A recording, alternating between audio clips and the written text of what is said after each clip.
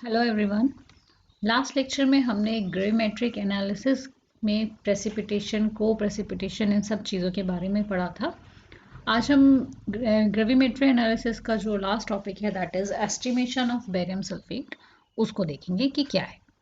ठीक है, तो एस्टिमेशन ऑफ बेरियम सल्फेट यहाँ पर लिखा हुआ है, या फिर हम इसे ये भी बोल सकते हैं कि देखिए, जब भी हम ग्रेविमेट्रिक एनालिसिस कर रहे होते हैं तो हम किसी पर्टिकुलर आयन का कंसंट्रेशन या आयन का एस्टिमेशन करते हैं। तो हमें किस चीज़ का एस्टिमेशन करना है? यहाँ बेरियम का एस्टिमेशन करना है। तो हम इसको ये भी बोल सकते हैं estimation of barium as barium sulphate, क्योंकि अगर हमें किसी सैंपल में, मान लीजिए कोई सैंपल है बेरियम क्लोराइड का, ठीक है, हमारे पास एक सैंपल है बेरियम क्लोराइड और हमें पता करना है उसमें कितना बेरियम है, तो डेफिनेटली अगर हम ग्रेविमेट्रिक एनालिसिस करने जा रहे हैं तो पहले हमें इस बेरियम को प्रेसिपिटेट बनाना पड़ेगा। तो प्रेसिपिटेट बनाएंगे तभी हम उसकी एनालिसिस कर पाएंगे। तो उसे प्रेसिपिटेट बनाने के लिए उसको हम किस में कन्वर्ट करेंगे? बेरियम सल्फेट में। ठीक है, तो सबसे पहले इसका प्रिंसिपल देख लेते हैं।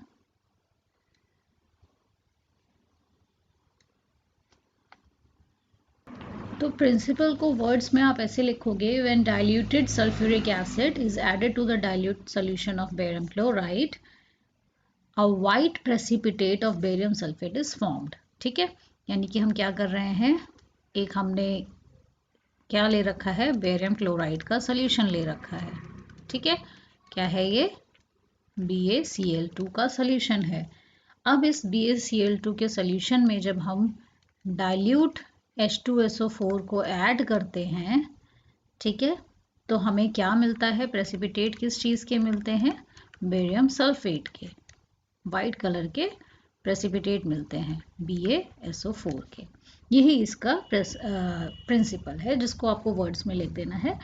इसमें आप ये भी लिखोगे कि हमें वाइट जेलेटिनियस प्रेसिपिटेट मिल रहा है, ठीक है, जिसको हम बाद में फिल्टर करेंगे, वॉश करेंगे, ड्राई करेंगे, देन इग्नाइट करेंगे और एज अ बेरियम सल्फेट हम उसे वे कर लेंगे। ठीक है, उसकी वेइंग कर लेंगे। तो इसकी रिएक्शन लिख लेते हैं। जब भी आप प्रिंसिपल लिखते हो और कोई रिएक्शन इन्वॉल्व है उसमें, तो आप ज़रूर उसको मेंशन करेंगे। जैसे कि यहाँ हमने बेरियम क्लोराइड का सोल्यूशन लिया है, डाइल्यूट H2SO4 उसमें ऐड करा है, तो barium sulphate as a precipitate हमें मिल गया है। प्रेसिपिटेट को ऐसे शो करते हैं और उसमें हमें 2HCl हाइड्रोक्लोरिक एसिड मिला है।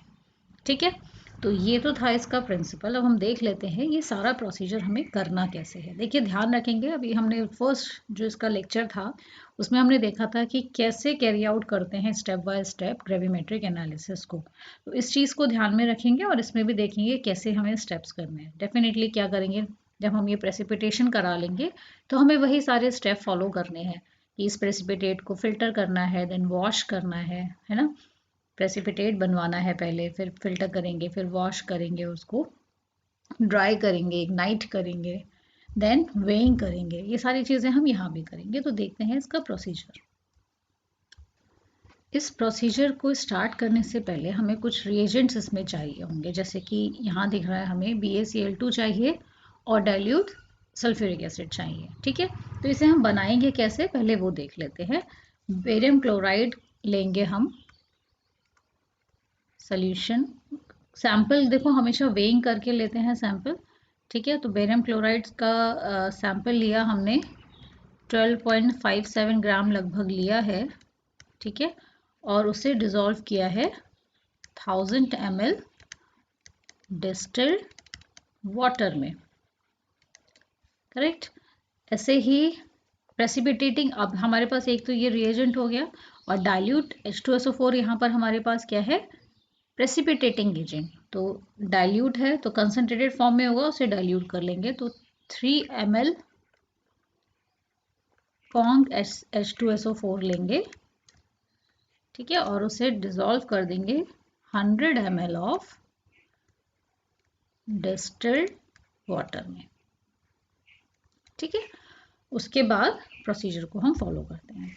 सबसे पहले क्या करेंगे, ये जो हमें दिख रहा है 25 ml of given solution of barium chloride, जो हमने बेरियम क्लोराइड का सोल्यूशन बनाया है इसमें से 25 ml लेंगे।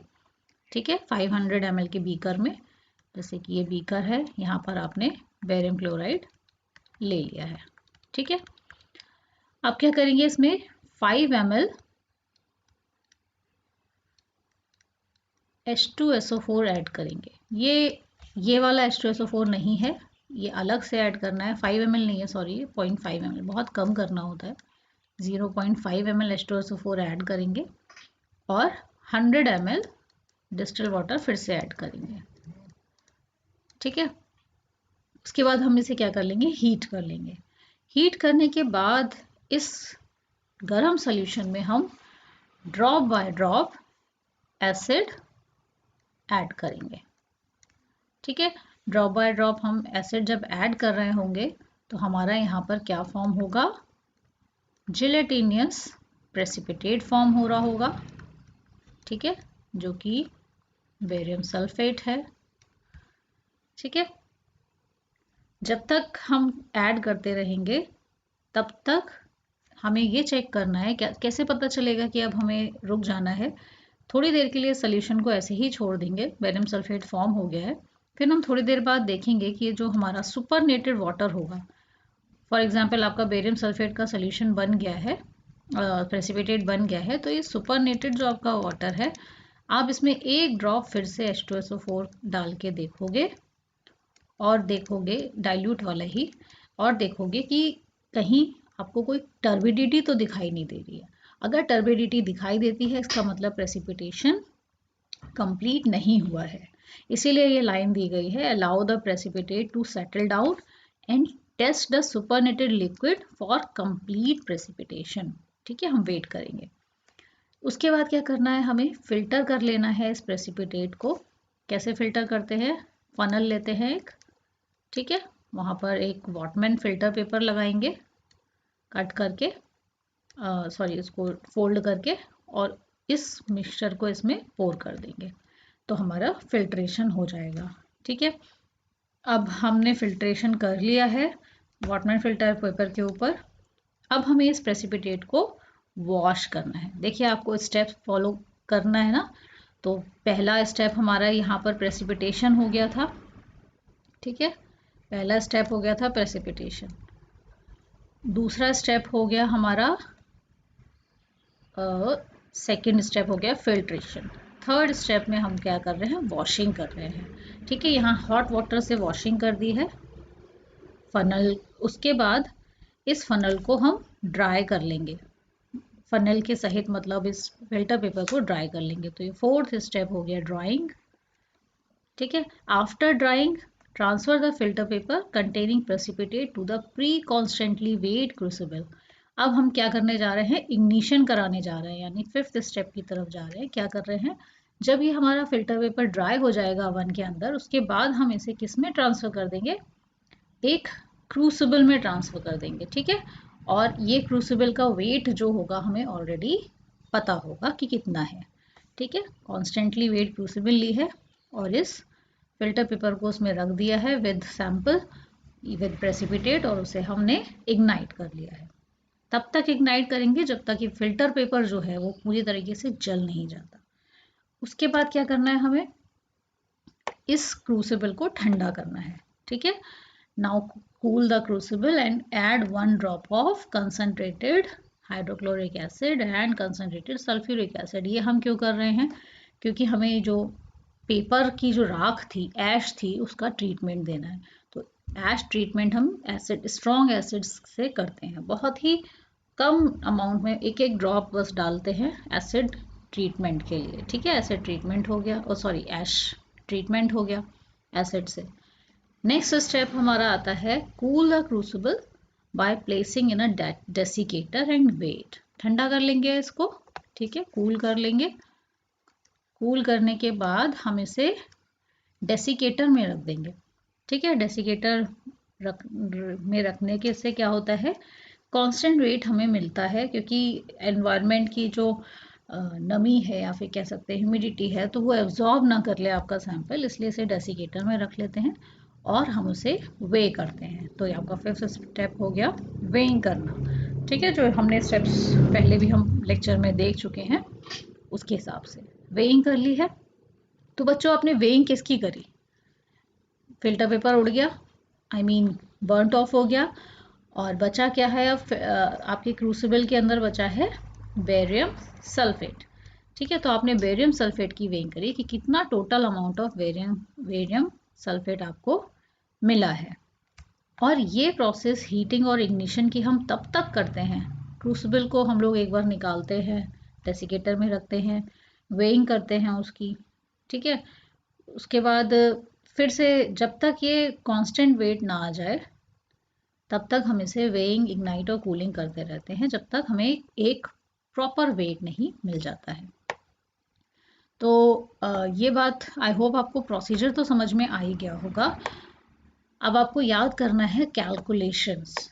तो बच्चों पहला जो लेक्चर था जिसमें मैंने कैलकुलेशन आपको बताई है, इस लेक्चर इससे पहले से पहले वाला लेक्चर, उसमें आप देखोगे कि मैंने कैलकुलेशन बताई है, तो उसमें एक फैक्टर निकाला हुआ है, ठीक है, जिसे ग्रेविमेट्री फैक्टर कहते हैं। तो अगर आप बात करो कि परसेंट कितना है, ठीक है, एनालाइज परसेंटेज कितना है, तो उसका फॉर्मूला हमने बताया था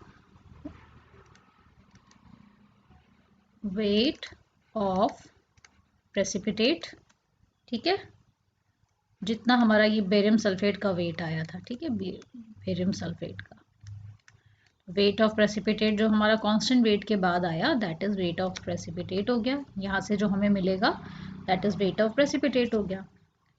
नेक्स्ट हम इसमें लगाएंगे gravimetric factor into 100 divide by weight of sample,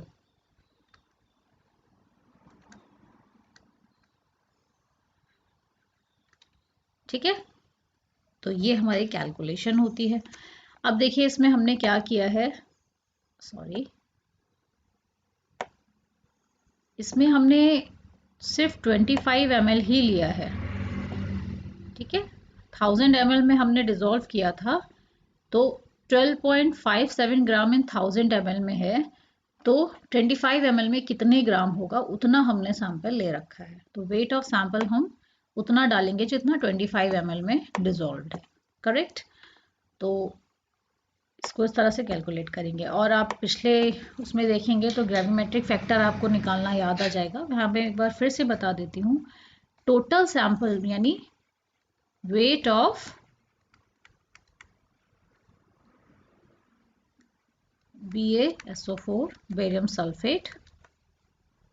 तो यहाँ पर हम क्या रखते हैं, जब हमें फैक्टर निकालना होता है मॉलिक्यूलर वेट, तो बेरियम सल्फेट का मॉलिक्यूलर वेट अराउंड होता है 233.42 ग्राम, ठीक है। अगर हम सिर्फ इसमें बेरियम का अमाउंट देखें तो कितना आएगा, बेरियम आयन का, तो वो आ जाता है आपका करीब 137.36 ग्राम। मतलब बेरियम सल्फेट अगर इतने ग्राम है तो उसमें बेरियम आयंस इतने ग्राम प्रेजेंट होंगे। तो अगर हमें इसका ग्रेविमेट्रिक फैक्टर निकालना है तो वो हो जाएगा आपका 137.36 डिवाइड बाय 233.43 ग्राम, ठीक है। तो ये आपका ग्रेविमेट्रिक फैक्टर आ जाता है। इस ग्रेविमेट्रिक फैक्टर को हम कहाँ रखना होता है, हमें यहाँ पर फॉर्मूले के अंदर। बाकी वेट ऑफ प्रेसिपिटेट आपको पता ही चल जाएगा कितना होगा, वेट ऑफ सैंपल आपको पता ही है, ठीक है। तो इस तरह से आपका कैलकुलेशंस हो जाती हैं। ये तो था टोटल परसेंटेज कितना है प्रेजेंट है उसकी बात हो रही थी। अगर हम सिर्फ वेट ऑफ बेरियम आयंस निकालना चाहें, ठीक है, यानी कि क्या करना होगा, हमें सिर्फ अमाउंट ऑफ बेरियम आयन, तो ये हो जाता है weight of barium ions in sample equals to weight of precipitate into gravimetric factor. तो ये ग्रेविमेट्रिक फैक्टर आपको किसी भी प्रेसिपिटेट के अंदर किसी पर्टिकुलर आयन का फैक्टर निकालना है, मतलब कि टोटल में से इस आयन का कितना अमाउंट है, कितना रेशियो है, ठीक है। तो फैक्टर्स आपने पढ़ रखा है पहले ही कि कैसे निकालते हैं, तो ग्रेविमेट्रिक फैक्टर उसको बोलते हैं। तो हम ये कह सकते हैं कि सपोज आपका ये जो वेट ऑफ प्रेसिपिटेट जितना आया, इतना ग्राम ऑफ बेरियम सल्फेट, यानी मान लीजिए x gram of barium sulphate will contain